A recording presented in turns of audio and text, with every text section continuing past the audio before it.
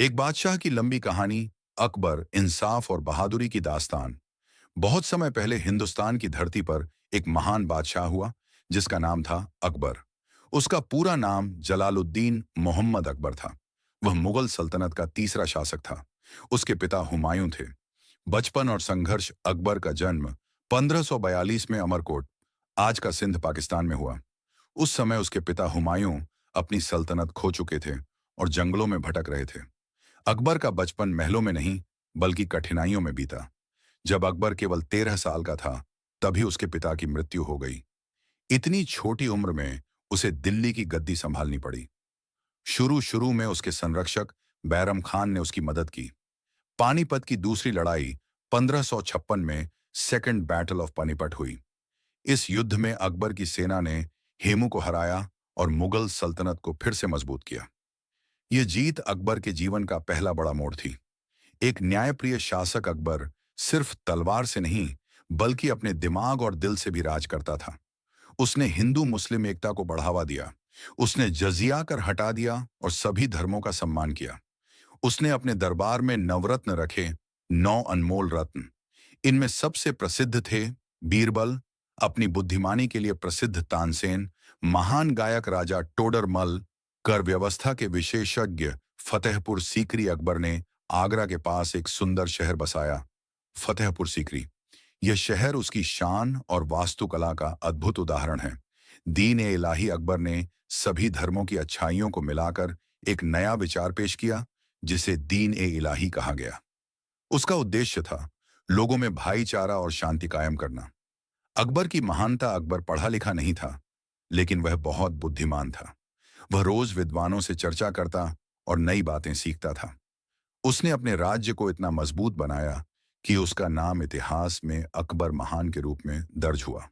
अंत और विरासत। 1605 में अकबर का देहांत हुआ लेकिन उसकी न्यायप्रियता, सहिष्णुता और वीरता की कहानियां आज भी सुनाई जाती हैं।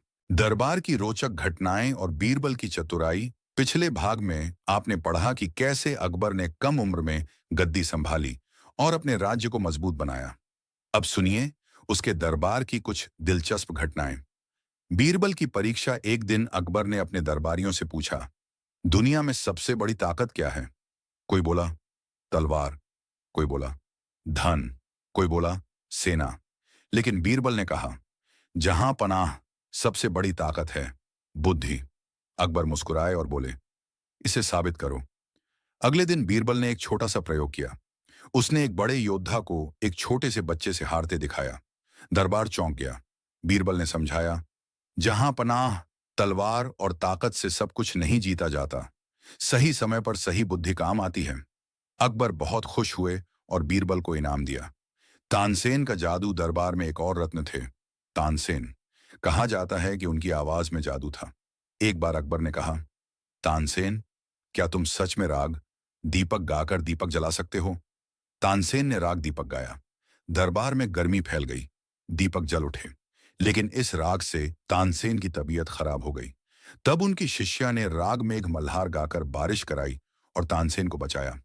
अकबर यह देखकर भावुक हो गए और बोले, संगीत भी इबादत है। इंसाफ का एक किस्सा। एक दिन दो औरतें एक बच्चे को लेकर दरबार में आईं। दोनों दावा कर रही थीं कि बच्चा उनका है। अकबर ने कहा, बच्चे को दो हिस्सों में बांट दो। एक औरत चुप रही लेकिन दूसरी रो पड़ी और बोली, जहां पनाह, बच्चा उसे दे दीजिए, बस उसे मत मारिए। अकबर समझ गए कि वही असली मां है। उन्होंने बच्चा उसी को सौंप दिया। दरबार में सबने अकबर की बुद्धिमानी की तारीफ की। धार्मिक सहिष्णुता। अकबर ने अपने महल में इबादत खाना बनवाया जहां अलग अलग धर्मों के लोग चर्चा करते थे। वह चाहता था कि हिंदू, मुस्लिम, सिख, ईसाई सभी मिलकर रहें। आगे की कहानी। अकबर की बहादुरी और न्यायप्रियता ने उसे महान बना दिया लेकिन उसकी जिंदगी में कई और युद्ध, चुनौतियां और फैसले आए। वीरता, युद्ध और महाराणा प्रताप की टक्कर। पिछले भागों में आपने पढ़ा कि कैसे अकबर ने अपने दरबार को मजबूत बनाया और इंसाफ से राज किया। लेकिन एक महान शासक की जिंदगी सिर्फ शांति से नहीं गुजरती, उसे युद्धों का सामना भी करना पड़ता है। मेवाड़ की चुनौती। राजस्थान की धरती पर एक वीर राजा थे, महाराणा प्रताप। वे अपनी आजादी के लिए प्रसिद्ध थे और किसी भी हाल में मुगल सल्तनत के आगे झुकना नहीं चाहते थे। अकबर चाहता था कि पूरा हिंदुस्तान एक शासन के अधीन हो, लेकिन महाराणा प्रताप ने साफ इनकार कर दिया। हल्दी घाटी का युद्ध 1576 1576 में इतिहास का प्रसिद्ध युद्ध हुआ, बैटल ऑफ हल्दी घाटी। अकबर की ओर से सेना का नेतृत्व कर रहे थे राजा मानसिंह। दूसरी ओर थे महाराणा प्रताप अपने वफादार घोड़े चेतक के साथ। युद्ध बहुत भयंकर था। तलवारें टकराईं, धरती कांप उठी। कहा जाता है कि महाराणा प्रताप ने अद्भुत वीरता दिखाई। उनका घोड़ा चेतक घायल होने के बावजूद उन्हें सुरक्षित स्थान तक ले गया और वहीं वीरगति को प्राप्त हुआ। हालांकि युद्ध में मुगल सेना को बढ़त मिली, लेकिन महाराणा प्रताप ने कभी हार नहीं मानी। उन्होंने जंगलों में रहकर भी संघर्ष जारी रखा। अकबर की रणनीति अकबर समझ गया कि सिर्फ ताकत से राज नहीं चलता। उसने राजपूतों से मित्रता बढ़ाई, कई राजपूत राजाओं से वैवाहिक संबंध बनाए और उन्हें अपने दरबार में सम्मानित स्थान दिया। इस नीति से उसका साम्राज्य और मजबूत हो गया। एक दूरदर्शी शासक अकबर ने किले बनवाए, सड़कें बनवाईं, व्यापार को बढ़ावा दिया। उसके शासन में कला, संगीत और साहित्य का खूब विकास हुआ। कहानी अभी बाकी है। अकबर की जिंदगी में कई और रोमांचक घटनाएं हैं। उसके आखिरी साल, उसके बेटे सलीम जहांगीर के साथ मतभेद और सल्तनत की विरासत। आखिरी साल, सलीम से मतभेद और विरासत। पिछले भाग में आपने पढ़ा कि कैसे अकबर ने अपने साम्राज्य को युद्ध और नीति से मजबूत बनाया। अब सुनिए उसके जीवन के आखिरी वर्षों की कहानी। सलीम का जन्म। अकबर के यहां कई वर्षों तक कोई पुत्र नहीं हुआ। वह बहुत चिंतित रहता था। तब वह सूफी संत शेख सलीम चिश्ती के पास गया और दुआ मांगी। कुछ समय बाद अकबर के यहाँ पुत्र जन्मा।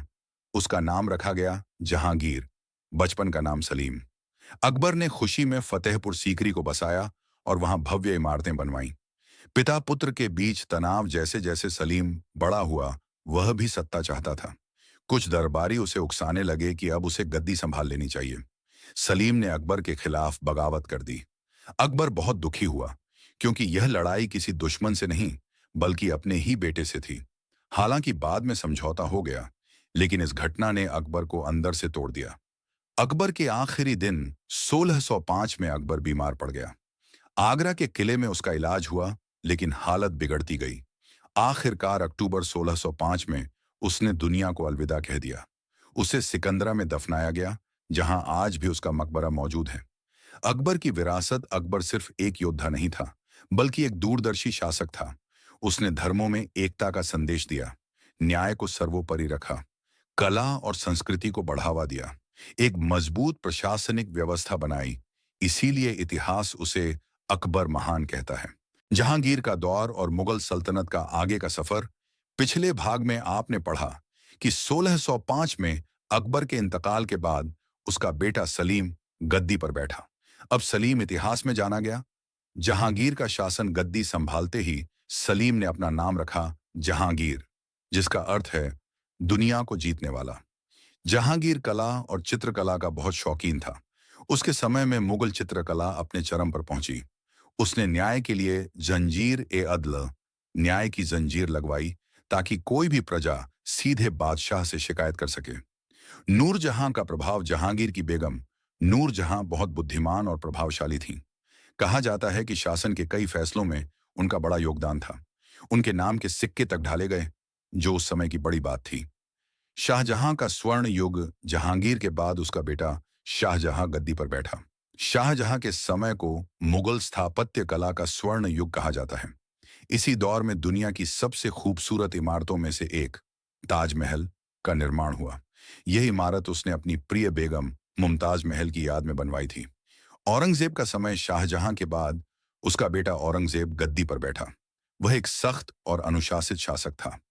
उसने मुगल साम्राज्य का विस्तार तो किया, लेकिन धार्मिक नीतियों के कारण कई विद्रोह भी हुए। मुगल सल्तनत का पतन। औरंगजेब के बाद मुगल साम्राज्य धीरे धीरे कमजोर होता गया। अंततः 1857 की क्रांति के बाद आखिरी मुगल बादशाह बहादुर शाह जफर को अंग्रेजों ने हटा दिया। यही मुगल सल्तनत का अंत हुआ। कहानी का संदेश अकबर से लेकर बहादुर शाह जफर तक। यह कहानी हमें सिखाती है कि सत्ता स्थायी नहीं होती। न्याय और सहिष्णुता से नाम अमर होता है। समय के साथ हर साम्राज्य बदलता है,